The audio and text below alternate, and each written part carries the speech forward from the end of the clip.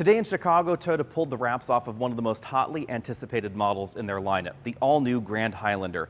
If you've ever thought to yourself the Highlander and the Sequoia aren't quite big enough inside, you might want to take a look at the Grand Highlander. Obviously, this is designed to compete very directly with the largest three-row crossovers in America, and it may even be giving us a window into perhaps a future Lexus model, although Toyota and Lexus won't comment on that yet.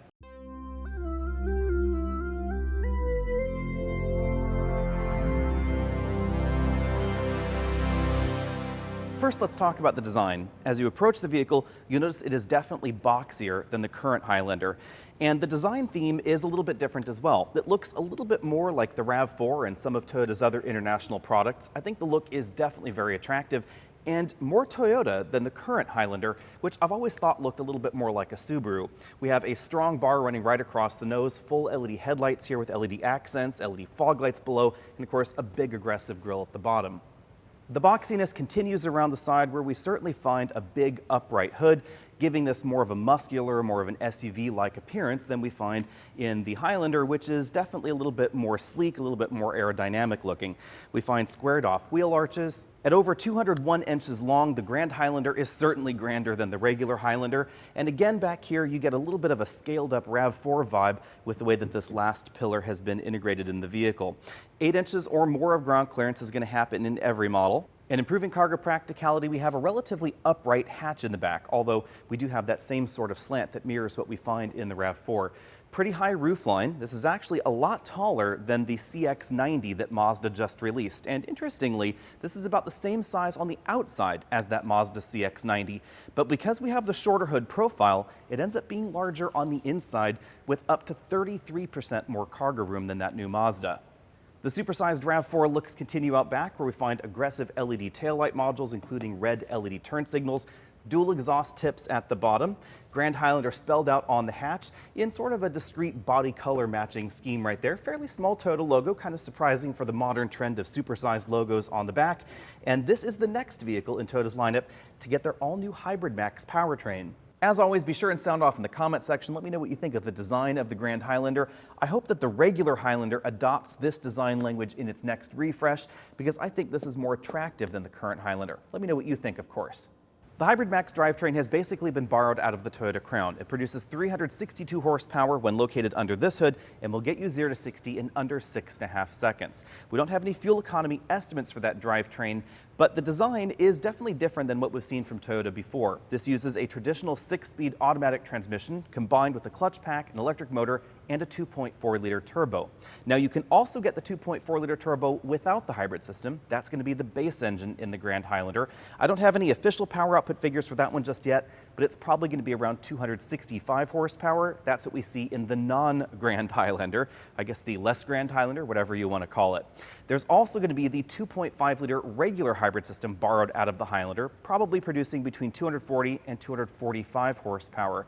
We know that that's going to be the most efficient way to get your Grand Highlander. You'll get up to 34 miles per gallon combined as far as the current estimate from Toyota goes on that model. The regular hybrid and the base turbo engine are going to be available with front-wheel drive or all-wheel drive. If you choose the Hybrid Max system, it's going to get all-wheel drive standard. And that's a slightly different all-wheel drive system than we find in the regular hybrid. If you want to know more about that, check out the Crown video. Now it's time to hop inside the Grand Highlander. Obviously, we have a power seat in this particular model, just two-way lumbar. I'm a little bit surprised by that. We have a manual tilt telescopic steering column with seemingly a large range of motion and definitely lots of headroom. That's thanks to the very boxy profile and the tall roofline that we find in the Grand Highlander. If you're a larger or taller person and you find the Highlander just a little bit too small, you might want to take a look at this model. This one does have the large panoramic moonroof, and even so, if I put the seat all the way down, I still have several inches of headroom left. As usually happens, Toyota is saving some information until a little bit later on the Grand Highlander, so I don't know exactly how much legroom is going on in here in the front row and in the second row, but I do have some third row figures to share with you in just a little bit. Now the second row seats, they slide forward and backward. They also collapse in a traditional SUV format where the seat back goes flat with the seat bottom cushion, or you can tilt and slide them forward for easier access into the third row like most crossovers out there. However, these seats do not move in a way that would allow you to leave a child seat latch anchored into place. One interesting twist is that the Grand Highlander won't necessarily seat more people than the regular Highlander. This will come in either 7 or 8 passenger versions. You'll be able to choose between 7 and 8 passengers in the base XLE trim, and the limited trim, the top end trim, that's going to be 7-seat only. If you're interested in the hybrid, you should know that the battery pack lives under the second row seats and a little bit under the third row seats footwell area. We don't have any detail on how that might affect second row headroom, but I suspect it's going to be impacted in a very minor way. The Grand Highlander is all about the third row, so let's go ahead and check that out. Hopping into the back is pretty easy with these second row seats moving the way they do, but keep in mind again, you can't leave a child seat latched into place and move it in that manner. You can, however, although not with a passenger here, you can slide the seat forward all the way. I'll just do that right there, and you can get through into the third row this way. So even though the seat does not articulate with a child seat in place, you can still get into the back with a child seat in place. That is definitely a very handy touch. Now in its most forward position, it ends up right about here where we have lots of legroom. That's probably the photo you're seeing about the Grand Highlander online. But if it's all the way back in its tracks, then it ends up right about here. I still have about an inch of legroom left. Lots and lots of headroom though. If my head is all the way back here to the headrest, my head is just barely touching the ceiling, although if I put it a little further forward, I could put my hand there. In a more natural sitting position like I am right now, I have about an inch. Now headroom is a little bit more limited on this side of the third row because the shoulder belt for the center section comes out of the ceiling and it comes out right there behind that passenger's head. Other nice touches include USB-C charge ports back here for the third row passengers. This also forms sort of a grab handle to make getting into the third row a little bit more easy. We have large cup holders there. This brown armrest is not a soft touch material, it's just color matched to the seats. And here you can see that third row seat design. We have latch anchors on the outboard passenger side of that third row only. Nothing going on there for the other two seating positions. The headrests are fairly normally sized, not really strange looking ones like you find in some of the competition. And then Toyota gives us some shoulder belt holders for the third row and the second row. The lever for sliding the second row seat forward and backward, that's here at the front of the seat bottom cushion. It's right there like that. That means obviously if you did have a child seat latch anchored into place, someone would have to help that third row passenger out, but you wouldn't have to remove the child seat from the second row seat. That's a really, really handy touch. Some of the competition with second row seats that slide this far forward will only do that once the seat back has been articulated, and that means that a forward-facing child seat could not stay in place and still get easy access to the third row. Of course, if you get the 7-seat model, you could just walk right here through the middle. Even though we have that large third row, Toyota did not skimp on cargo capacity. We find over 20 cubic feet back here. That again does not put this in first place for this segment, but it does give us an awful lot of storage area. And Toyota does not delete the spare tire even in the Hybrid Max drivetrain option. The cargo area is also pretty square, so I suspect you wouldn't have any problem stacking up some large roller bags back here. This is about 33% more cargo room than we find in the new CX-90, even though it's about the same size on the outside. For our interior look around, Toyota has brought along a lighter colored model. You can see that we have a large panoramic moonroof over the front and second rows. There's Brian back there. We have height adjustable shoulder belts for the driver and front passenger, height adjustable headrests as well. And this is a new interior color for a Toyota. They're calling this one Portobello. Depending on the different version of the Grand Highlander you'll find some bronze accents like we find in the Toyota Crown, or perhaps a little bit more traditional Toyota accents like we find in this model. Bolstering's not terribly aggressive on the seat back or seat bottom cushion, so larger folks shouldn't have any problem getting comfortable in here. Moving over to the front doors, there's a combination of hard and soft touch materials. We have soft touch upper section and mid section there around the armrest, but that little insert right in the middle, that's a hard plastic, as is the plastic down there at the bottom of the door, like around that storage compartment.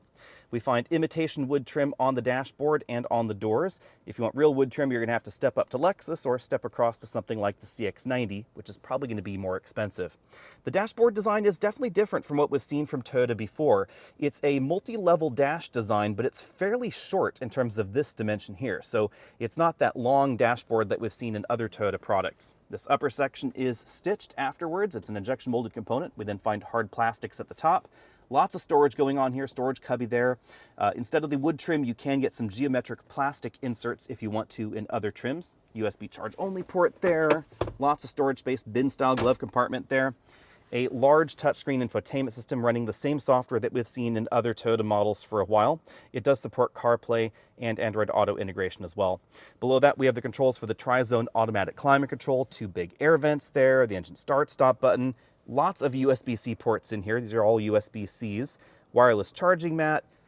Big cup holders here. I guess this is sort of a juice box or other storage area. 2 big cup holders there. You can either get a joystick style shifter, you'll find that in the Hybrid Max drivetrain model, or a traditional shifter here. This particular trim is the 2.4 liter turbo non-hybrid version.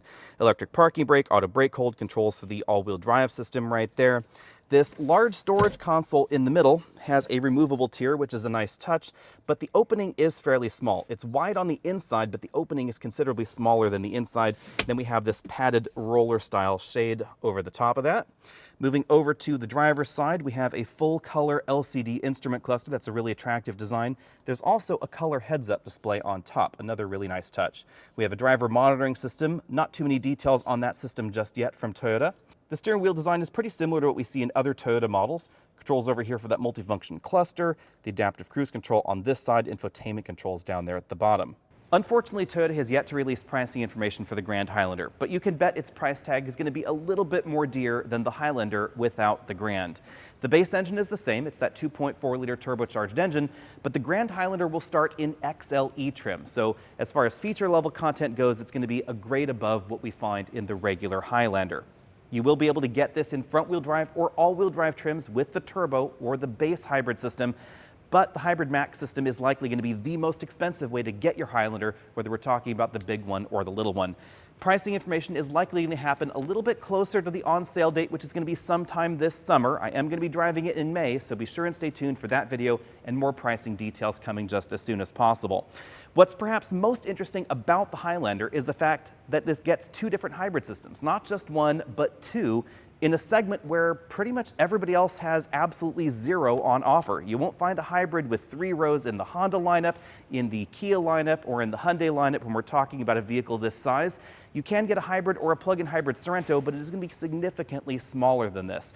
So if you want to seat 3 rows of people, 8 passengers in relative comfort, and you still want to be able to get good fuel economy or better performance, there's a Grand Highlander for you. And that performance aspect is another interesting twist. No fuel economy estimates, obviously, for the Hybrid Max drivetrain yet. It's probably going to be more efficient than average in this segment, while also giving you way more power than average. You won't get 350 horsepower in the Honda lineup or in the Kia or the Hyundai lineup or the Volkswagen lineup, etc., etc., etc.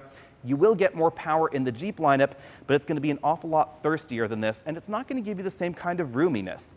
The Jeep Grand Cherokee L and the CX-90 from Mazda, they're interesting options in the large 3-row crossover segment, but the important thing to keep in mind with those vehicles, and I always tell this to shoppers that are considering them, is they might be big on the outside, like this is, but they're not big on the inside. In fact, the CX-90 and the Grand Cherokee L interior dimensions are actually much closer to the regular Highlander. So keep that in mind if you want a little bit of extra room on the inside. As always, hit that subscribe button. Stay tuned for complete details, including pricing, performance figures, all that kind of good stuff, as soon as I can possibly get my hands on the regular versions of the Highlander. And if you want one, head down to your Toyota dealer now. They might even be taking a waiting list for the initial delivery of Grand Highlanders coming soon, a little bit later this year. See all of you later.